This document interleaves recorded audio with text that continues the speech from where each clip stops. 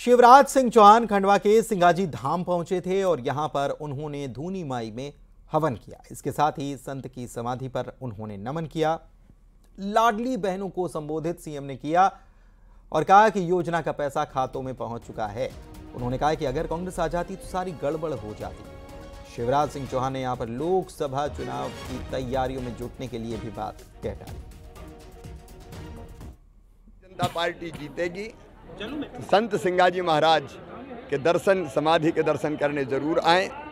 आज मुझे सौभाग्य मिला, संत सिंगाजी महाराज ने कृपा की, तो आज हम लोग उनके चरणों में प्रणाम करने आए।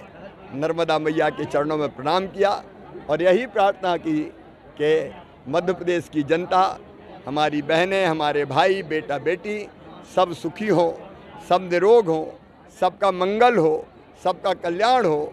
भारतीय जनता पार्टी को भारी बहुमत मिला है, इसलिए उनके चरणों में प्रणाम किया। आपके राम राम के असल मायने क्या हैं? राम राम का मतलब होता है भगवान श्री राम जी।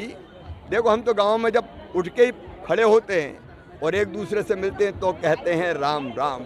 अगर हम घर में आते हैं तो राम राम कहते हैं, बीमार हो जाते हैं तो राम राम कहते हैं। राम हमारे रोम में रमे हैं, रोम रोम में रमे हैं। राम हमारी हर सांस में बसे हैं, इसलिए मुंह से राम राम निकलता है।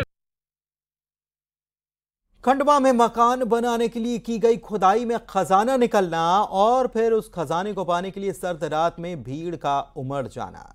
जब मामला सामने आया तो इस पर पुलिस भी मामले की जांच में जुट गई। खजाना किसके हाथ लगा, ये अब तक साफ नहीं हो पाया।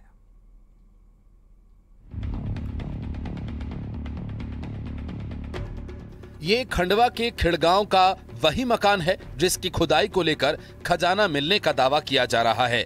यहाँ किसान सुरेश पटेल अपने मकान का निर्माण करा रहे हैं। खुदाई का मलबा निकलने के बाद उसे नदी किनारे फेंक दिया गया। फिर मलबे से लोग खजाना खोजने लगे। दावा यह किया गया कि मलबे में ब्रिटिश कालीन सिक्के थे।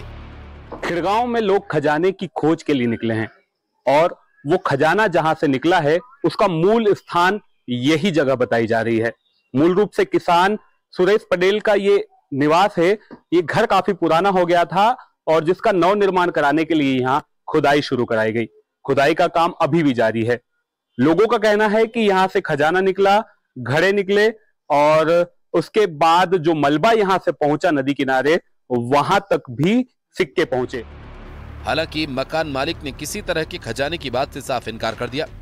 मैं बिकवाता क्यों, मैं तो हाथ से खुदवाता उसको, जेसीबी क्यों लगवाता? पता किसको कैसे चलेगा? अपने पिताजियों ने कमदारी, लोगों के कमदारी किए। 4 एकड़ जमीन से 25 एकड़ जमीन, 40 एकड़ जमीन बनाई उन्होंने। 4 एकड़ जमीन थी उन 3 भाई और 7 बहनों के ऊपर पिताजी की। उनके पास क्या मलमा होगा?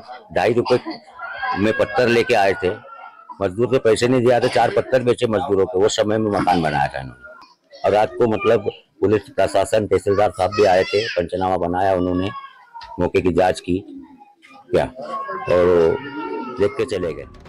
वहीं खजाने की तलाश कर रहे लोगों का कहना था कि इलाका जननायक टंटिया मामा का है, जिनकी पहचान रॉबिन हुड की भी रही है।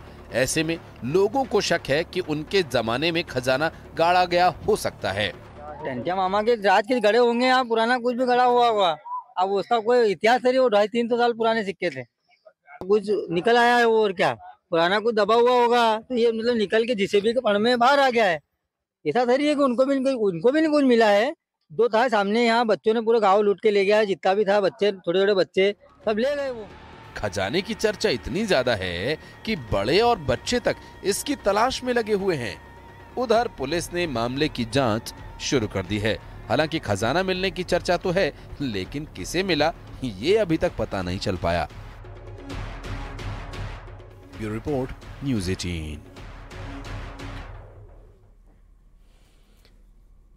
और इसी के साथ इस बुलेटिन में फिलहाल इतना ही। वक्त एक छोटे से ब्रेक का चला है।